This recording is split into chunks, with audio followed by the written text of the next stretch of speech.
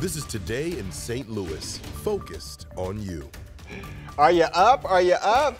Wow, look at that. You're waking up to a live look at the James Monroe County Park over in St. Anne. Look at those trees blowing in the wind. Yeah, now that is picturesque. That is.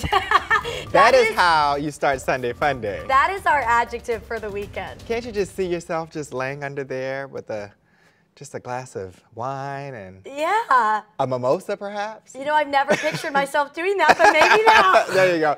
Good morning. It is Sunday, March 24th. I'm Travis Cummings. And I'm Mercedes McKay. Thanks so much for waking up with us on this Sunday. And you saw in that shot there that our photojournalist Stephen Turner had up, the tree was bustling. Those leaves were bustling. Yeah. And, you know, Tracy is here with us as always. And Tracy, you mentioned it is going to be a windy day. I'm caught up thinking about if you could even have alcohol in a county park. I'm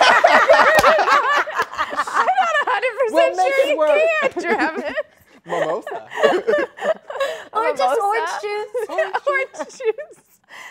Sure. Well, anyway, we have some light rain that did track through our area, brought some cloudier conditions out there. It is a little bit breezy outside, and that breeze is picking up through the rest of the day today.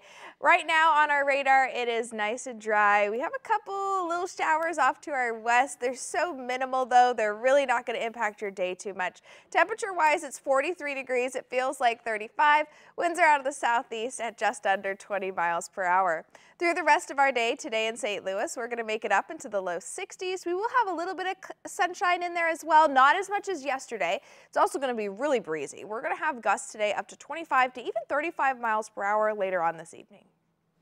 All right, thank you, Tracy, for that first look. Let's turn to Decision 2024. This morning, the polls have closed and the results are not in just yet. Missouri's Democratic primary wrapped up yesterday after only 4 hours of ballot casting. That's right, and now officials say we might have to wait until Thursday to actually see those results. Here in St. Louis, there were more than a dozen polling sites. President Joe Biden, Marianne Williamson, and Dean Phillips were just some of the names on those ballots. It was the first party-run presidential contest in the state since a law that was passed in August of 2022, leaving it up to each party to run its own presidential primary or caucus. Party officials say that's why we're seeing this delay. We've built in a few days just because we're using an election vendor who's well known in running state and private elections around the country. So they're the ones that will actually be tabulating these. We expect we may have it sooner, but we built in some extra days just in case. Now you can check the latest on those results on our website, ksdk.com. Also at the polls, Missouri Democrats collected signatures for the Right to Reproductive Freedom ballot initiative. Yeah, it's aimed at ending the ban on abortions in the state. Laura Barcheski checked in with the organizers as they raced against the clock to collect signatures. As volunteers for Missourians for Constitutional Freedom collected signatures at Democratic primary polls to get reproductive freedoms on the ballot, pro-life organizations marched to the arch, saying the fight is not over just because Roe v. Wade was overturned. There's no inherent constitutional right to have an abortion, and so millions of children are still continuing to be aborted, and we just want to raise the level of awareness. The ballot initiative on the table right now says the government shall not deny or infringe upon a person's fundamental right to reproductive freedom. Rachel Lazar with Americans United says abortion isn't just a reproductive freedom issue, it's also a religious freedom issue. What I'm proud about isn't just the courage of our plaintiffs in our lawsuit and the challenges to Missouri's abortion bans, but the way that that's helped lead to this ballot initiative, hopefully, that will, be on the ballot in November, so that the voters can overturn these abortion bans, advancing both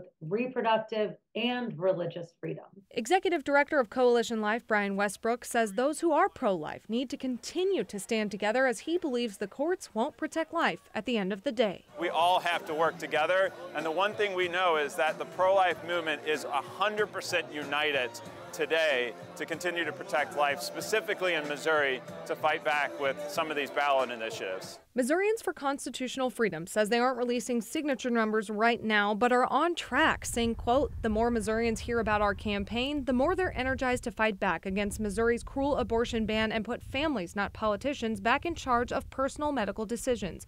Our grassroots movement continues to build momentum, and we're going to keep doing the work to grow support across the state. Laura Barcheski, 5 on your side. You can find out more about the petition and the language that could be on the ballot at ksdk.com. This morning, one man is dead and another is in the hospital after a barn collapsed in Waterloo. It happened yesterday morning off of Country Club Lane. Crews were working on tearing down the building when part of it collapsed on 2 of the workers. Police arrived to help free the trapped men, but unfortunately, a 58-year-old Wildwood man died at the scene. The man's name has not been released until his family is notified. And as we head into a new week, here's 3 stories you'll want to keep an eye on in the coming days. Tomorrow marks the beginning of the Joseph DeJoy's jury trial. He's accused of killing a St. Charles woman more than a year ago and keeping her body in his Maryland Heights apartment for several days. He faces a total of 11 felony charges, including kidnapping, assault, and rape. Also happening tomorrow, St. Louis city leaders are once again discussing street safety. City aldermen say it's in response to the case of Janae Edmondson, a teen who lost her legs in a downtown crash. It's called the Complete Streets Bill, and it's already in the city's Public Infrastructure Committee.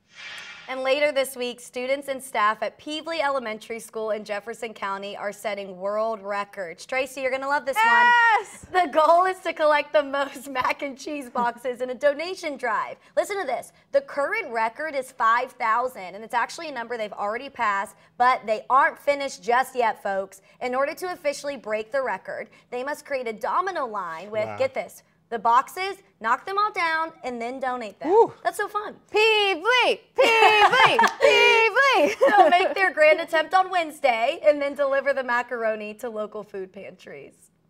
Well, coming up after the break, more complications with FAFSA, why your student aid could be delayed.